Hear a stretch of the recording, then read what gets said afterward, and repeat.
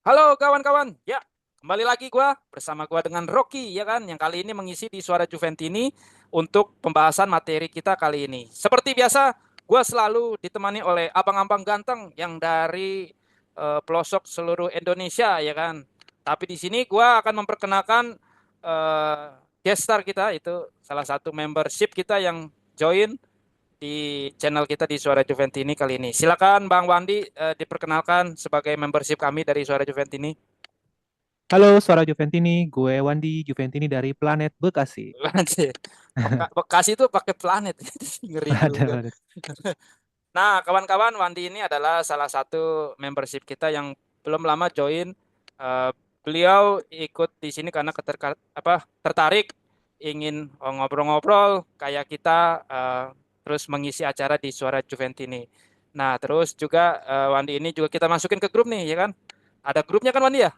Ada grupnya aktif 7 kali Nah, 24 jam. 7 kali 25 jam malah. nah, tuh bagi kawan-kawan yang pengen join kayak Wandi, monggo silakan. Ada di deskripsi channel kami karena dengan begitu kalian bisa berkesempatan kayak Wandi. Nah, tanpa berpanjang lebar lagi, gua akan memperkenalkan juga narasumber tetap yang sering mengisi di Suara Juventini. Monggo Mas Andar diperkenalkan, mungkin ada yang masih belum kenal bagi kawan-kawan Suara Juventini. Halo teman-teman Suara Juventini, balik lagi sama gue Andar Sofyan, Juventini Singapura. Wih, ini negara tetangga sampai jauh-jauh ke sini ya kan. Nah, kira-kira untuk kita pembahasannya kali ini apa ya? Kali ini gua akan membahas, sudah mempersiapkan materi preview melawan Manchester City di UEFA Champions League ya kan. Duel klub pesakitan, ya gue bisa bilang pesakitan ya, karena sering kalah juga. Kalau Juventus belum kalah tapi sering seri ya kan, antara Juventus sebagai tuan rumah menghadapi Manchester City ya kan. Kesulitan menang dan kalah beruntun dialami oleh City asuhan Pep Guardiola ini bisa, apakah menjadi titik balikkah di melawan Juventus untuk meraih kemenangan, atau Juventus yang notabene sebagai Bianconeri bisa memenangkan lagi nih di partai big match UCL pada midweek pekan kali ini ya kan. Nah, seru kan? Nah, gua akan membahas partai tersebut. Tanpa berpanjang lebar lagi, gua akan membahas di mana kondisi Juventus seharusnya bisa lebih baik nih, karena kita bertindak sebagai tuan rumah menghadapi Manchester City.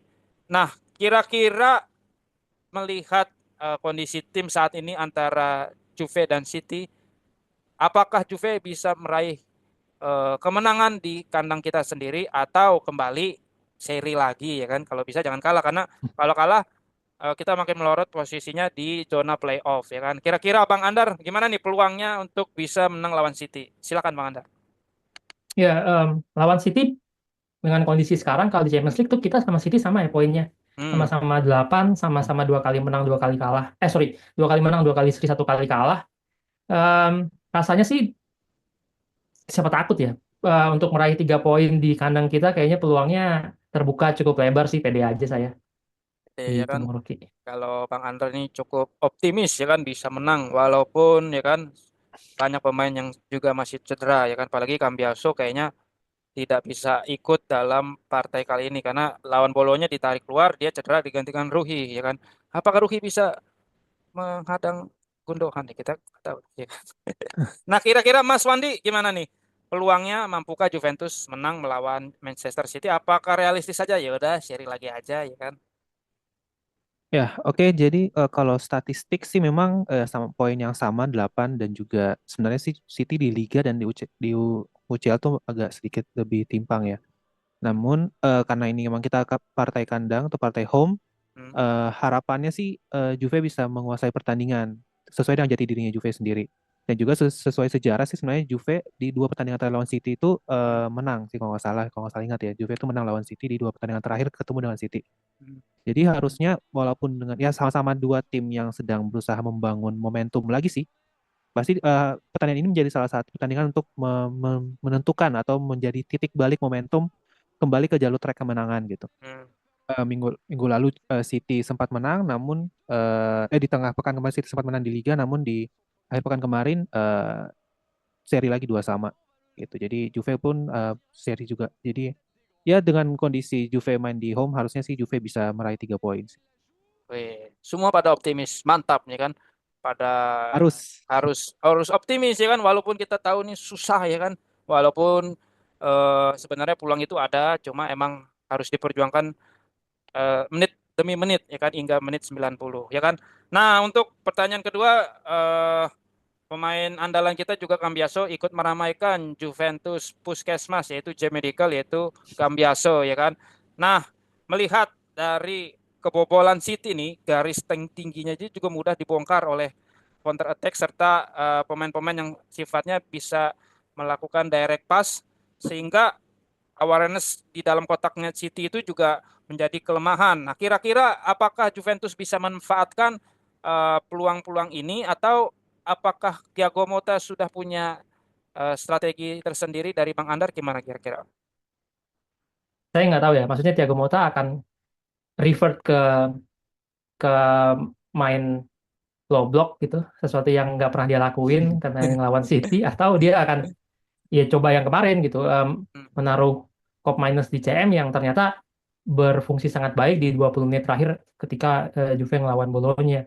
Em, Ya sebenarnya kuncinya sih kalau menurut saya bagaimanapun kalau mau menang lawan City, ya mulai dari menit 1 tuh memang kita udah harus nguasain pertandingan gitu. Hmm, Jangan kasih kesempatan, kita harus udah pede dari awal, harus nguasain lini tengahnya, overload lini tengah, high pressingnya mulai dari Vlahovic, pressing kiper dan center back-nya si City, kemudian main tengah kita sampai main belakang tuh semuanya membantu pressing gitu. Tanpa itu rasanya menurut saya agak sulit untuk bisa mencuri gol dari City, dan secepat mungkin kita bisa mencetak satu atau dua gol killing the game, itu akan memberikan peluang lebih besar untuk Juventus mendapatkan 3 poin dibanding misalnya kita menunggu seperti lawan Bolonya sampai detik-detik akhir Vino ala Vine begitu baru bisa mencetak gol. Itu sangat berbahaya ya kalau melawan tim sekelas Manchester City yang secara mental jauh lebih baik dibanding mentalnya Bolonya. hmm, Em, kita punya pemain-pemain seperti Yildiz dan Conceição yang secara bisa dibilang stylish. Kemudian kita juga punya pemain-pemain yang punya umpan jarak jauh atau umpan jauh yang baik seperti yang sudah kita lakukan juga kemarin dengan kemenangan di dengan gol Bang Gula itu dimulai dari Danilo langsung ke depan ke Vlahovic, kemudian secara cepat tanpa perlu gocek-gocek panjang gitu langsung pindah bolanya ke Bang Gula kemudian mencetak gol. Hal-hal perpindahan bola cepat begini menurut saya sesuatu yang harus harus dilakukan oleh Juventus dibanding misalnya bermain possession, walaupun Thiago Motta harapannya Juventus kan possession tinggi ya, tapi rasanya melawan Pep Guardiola dia mungkin masih lebih bisa mengerem karena em, kekalahan kita di Champions League pun sebenarnya melawan Stuttgart mirip-mirip begini kan. Sebenarnya hmm. kita kalah di possession, tapi kemudian akhirnya kalah di pertandingan. Gitu, Kak Rocky. Nah, kira-kira kalau Mas Wandi seperti apa nih? Kan melihat statistik apa strateginya juga dari Pep Guardiola ini, sekarang ini City lebih cepat kebobolan nih. Apakah bisa lebih mudah dibongkar melalui counter attack atau melalui umpan-umpan yang secara langsung itu direct pass nih? Karena minimnya pengawasan dari back-backnya Manchester City di kotak penalti. Apakah ini menjadi kelemahan City, sehingga bisa menjadi cara Juventus untuk memanfaatkan situasi seperti ini? Kira-kira Mas Wandi punya opini atau pendapat? Ya, jadi kalau menghadapi Manchester City sebenarnya memang setelah cederanya dari Rodri memang Pep Guardiola itu sepertinya merubah formasi awalnya mungkin 4-2-3-1 sekarang jadi 3-2-4-1 sekarang. Dulu peran di dua pemain tengah itu adalah Rodri, sekarang diemban oleh kadang Kovacevic dan juga Rico Lewis sih. Nah, Rico Lewis ini lebih banyak perannya sebagai free roll, masuk ke lebih banyak perannya. Rico Lewis lebih banyak perannya di posisi 6 dan 6, posisi pemain 8 dan posisi pemain 10. Kadang juga dia berperan di sayap kanan. Nah, yang menjadi perhatian adalah sebenarnya untuk mencegah bagaimana City bisa menyerang dengan baik, berarti kita harus melakukan pressing atau kita memutus aliran bola nih. Harus memutus aliran bola untuk ke depan, untuk jangan sampai ke pemain-pemain yang berbahaya berbahaya di City seperti misalnya Bernardo Silva, kemudian ke Haaland ataupun kemudian siapa lagi sayapnya ya, lupa. Nah, itu memang Gundogan, butuh Gundogan. ya Gundogan ataupun Jeremy Doku tuh. Nah, itu kan cepat juga tuh dia posisinya. Nah, itu memang yang perlu dilakukan adalah jangan menunggu bola sih. Menurut saya sih memang harus Juve harus melakukan pressing yang tinggi, jangan sampai pemain City itu bebas untuk membangun atau membuild up sebuah serangan gitu. Karena emang City terkenal dengan sebuah ya sebenarnya Mota dan Pep itu memiliki tipikal yang sama, sama-sama memakai position yang tinggi, walaupun emang Pep Guardiola memiliki garis pertahanan yang tinggi. Nah, di situ juga menjadi sebuah kelemahan yang sekarang sih sering dimanfaati oleh tim-tim lawan. Seperti waktu lawan Sporting Lisbon sebelum pelatihnya pindah ke MU, kemudian Liverpool, dan ini bisa sih harusnya dengan beberapa pemain kita yang memiliki kecepatan seperti Chico dan Yildiz itu bisa memanfaatkan garis pertahanan tinggi yang dilakukan oleh pemain-pemain dari Manchester City. Ya bisa dengan melakukan direct pass, dan harusnya sih menurut saya pribadi ya Thiago Motta mungkin harus melakukan beberapa perubahan ataupun menurunkan ego dari pakemnya selama ini yang selalu bermain possession dan banyak memutar-mutar bola, lebih banyak ke winger kemudian di direct ke tengah, dan itu mungkin kalau sekarang sih menurut saya harusnya lebih banyak bermain pressing tinggi dan langsung bermain yang lebih simpel saja gitu, nggak perlu terlalu banyak memutar-mutar bola di lini tengah, dan akhirnya malah di final third itu tidak ada eksekusi yang baik gitu, cukup Oh, bermain simpel saja. oke, baik kalau gitu. Nah, pemain-pemain dari Manchester City ini memiliki skill-skill pembeda nih, seperti untuk membongkar pertahanan lawan. Ada Gundogan, ada Erling Haaland ya kan, terus Kevin De Bruyne, terus ada Silva, ada Nunes, banyak banget ya kan, pemainnya semua mantep. Nah, apakah yang harus dilakukan Juventus untuk kira-kira meredam dari alur serangannya Manchester City nih, agar terhindar dari kekalahan melawan City? Kira-kira gimana nih Bang Andar?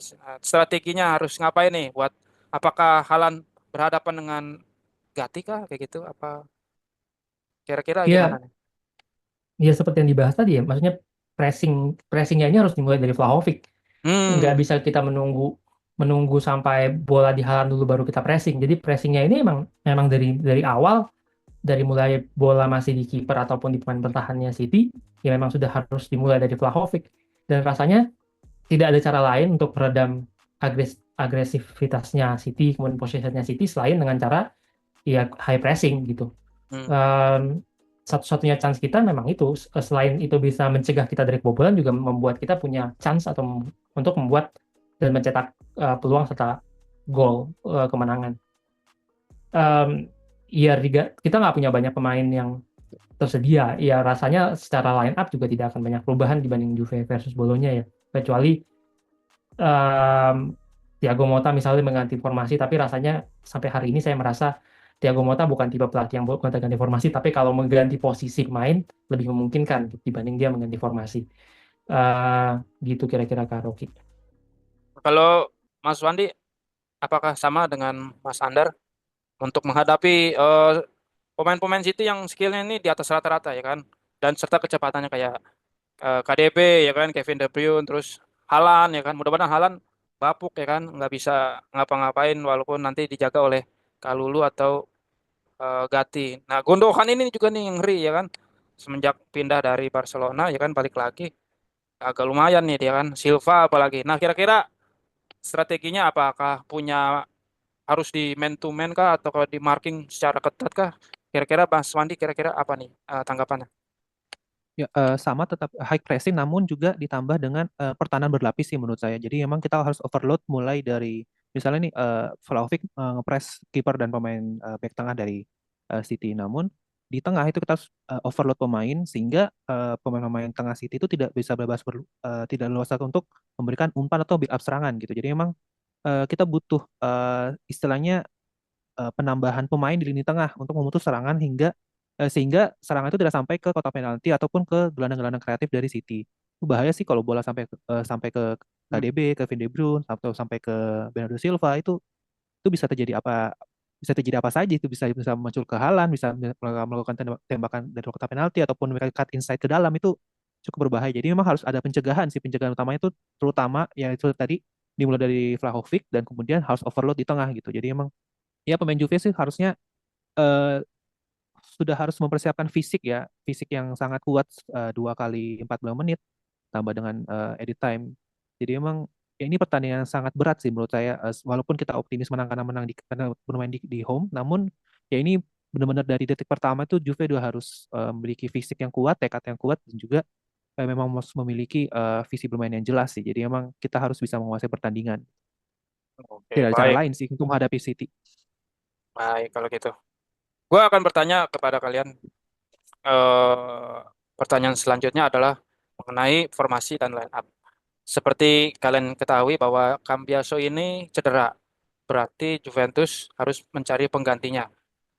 Untuk menghadapi Manchester City yang notabene bermain kick and rush-nya Liga Inggris, apakah eh, si Thiago Motta ini perlu mengganti formasi, eh, tidak adanya si Cambiaso, atau eh, hanya perlu mengganti pemain saja? Karena kita melihat kan sudah ada nih si Vlahovic, tidak perlu lagi false nine. Nah, kira-kira saat nanti melawan Manchester City, formasi dan line up-nya seperti apa prediksinya Bang Andar? Em, berat ya. Berat banget. Kiper di Gray, kemudian back ini em, kalau kalau mau berani sih harusnya ya kanan Kalulu, Hmm. kemudian di tengah Locatelli sama Gatti, kemudian di kiri Danilo. Saya nggak ngerasa nyaman rasanya Ruhi di kiri ya. Lebih baik memasakkan Danilo di kiri, kemudian Locatelli ditarik mundur ke belakang sebagai center back. Kemudian di tengahnya Kop Miners dan Thuram. Kemudian di depannya eh Yildiz nomor 10, Conceição kanan, di kirinya Banggula, depannya Vlahovic gitu. Apa ada Em, Sehingga Locatelli bisa bisa membantu lini tengah juga, overload lini tengah sekaligus juga em, rasanya di belakang memang nggak banyak opsi lain ya selain selain mengutak-atik itu, kecuali memang iya tetap taruh Ruhi di kiri gitu. Savona rasanya lebih nggak mungkin ditaruh di kiri, lebih mungkin ya Danilo aja dipaksa di kiri, kemudian di kanan Kalulu gitu misalnya, Locatelli menjadi center back.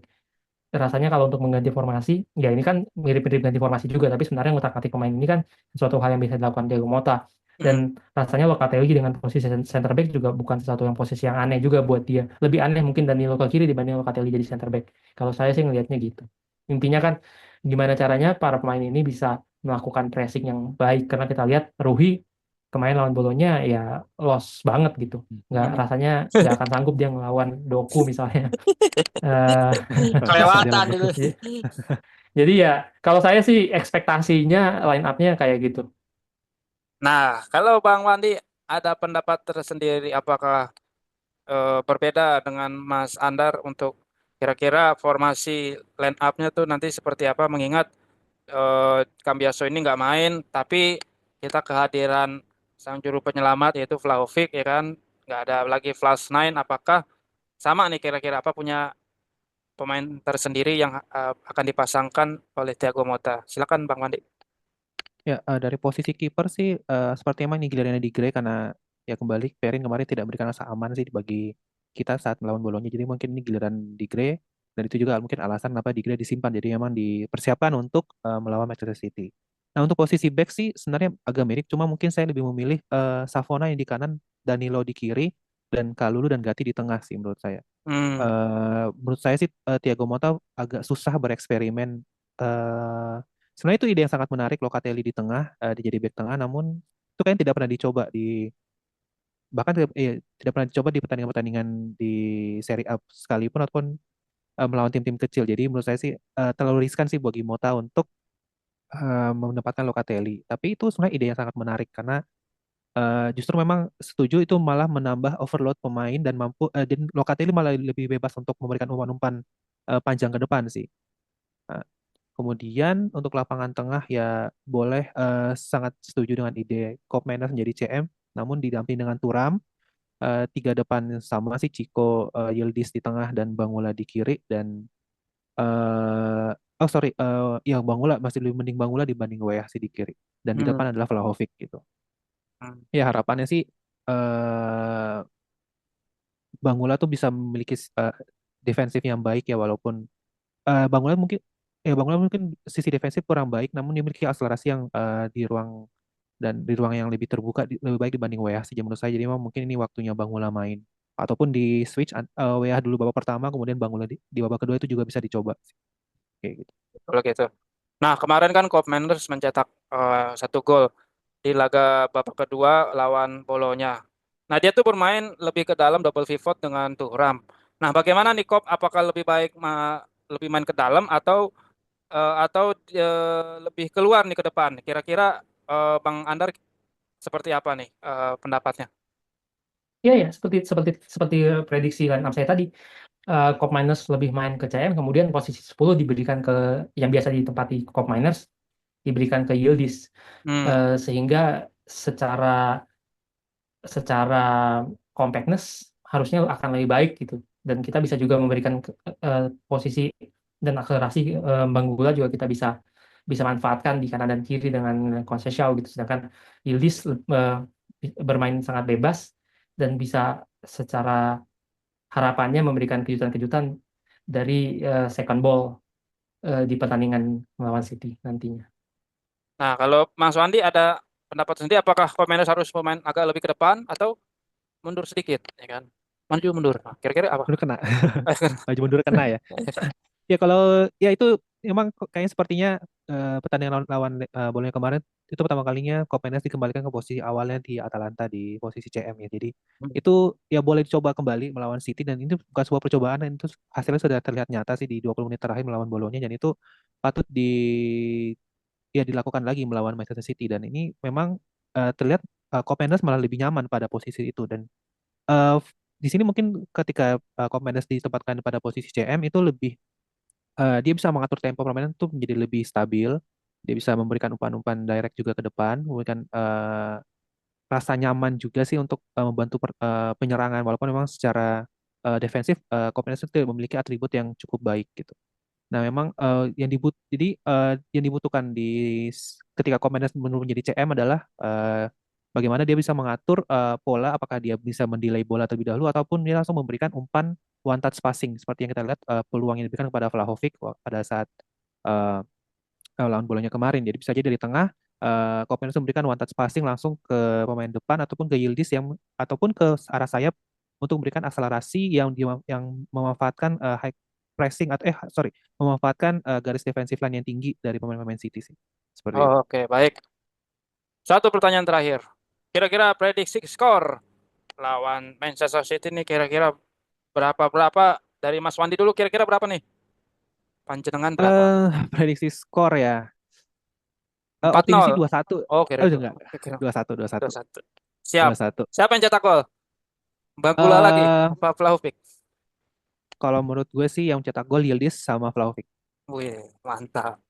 Ah, Mas Andar kira-kira berapa nol nih untuk melawan Manchester City? Ya kan optimis, ya kan boleh aja, ya kan. Iya dong, optimis. 1-0. Satu. Allegri Patren. 1-0. Yang penting menang ya kan. Ya harusnya 1-0 cukup sih. Ya. Siapa yang golin? eh Kopsek yang kopsek lagi. golin Ciko lah, Ciko. Oh iya, Conceição. Conceição. Mudah-mudahan Oh, kita udah lihat saja. long overdue juga nih golnya. Apa? Udah ditunggu lama. Iya, terakhir lawan itu ya. Lawan apa kemarin? Lawan Eh, Leipzig ya. Leipzig ya. Iya, habis itu nyaris-nyaris kan. Nah, Baik Gitu. tuh. Baik kawan-kawan, mudah-mudahan Juventus bisa melakukan kemenangan pertama setelah menjadi Bianco seri karena ini menjadi titik balik. Karena kalau dengan menang lawan City berarti bisa menaikkan mental mereka untuk mengarungi seri A selanjutnya ya kan. Karena kalau seri lagi Hmm. ya Allah, ya ada untungnya ya kan lawan City tapi seri ya enggak juga sih masa kita sekelas Juventus harus seri ya kan. Kalau mungkin sekelas Bolonya seri lawan City itu baru kali mungkin. Terima kasih atas waktu dan kesempatannya. Mudah-mudahan kita bertemu lagi. Mudah-mudahan Juventus bisa menang lawan Manchester City. Terima kasih juga bagi Mas Amin. Anar, Mas Wandi yang sudah join pada Sama-sama. materi kali ini. Bang. Dan kawan-kawan yang ingin join nih kayak Mas Wandi, silakan tuh di deskripsinya ada gede-gede tuh tulisannya. Mau yang plafon Buffon atau Del Piero, silakan tuh. Karena dengan begitu kalian bisa kayak Mas Wandi nih ngobrol-ngobrol. Dan kita juga ada grup WA-nya, karena itu langsung dapat kontributor langsung dari Turin ya kan.